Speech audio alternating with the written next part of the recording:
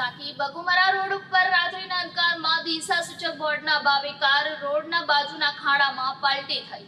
એક ગામથી બીજા ગામને જોડતા સિંગલ પટ્ટી રોડ પર મોટા ભાગના રસ્તા ઉપર દિશાસૂચક બોર્ડનો અભાવ જોવા મળી રહ્યો છે. પરિણામે વાંકા ચૂકા ખેતરાડી વિસ્તારમાંથી પસાર થતા રોડ પર રાત્રિના સમયે વાહન ચલાવવું મુશ્કેલ થઈ પડે છે, જેના કારણે અનેક વખત અકસ્માતો સર્જાતા હોય છે.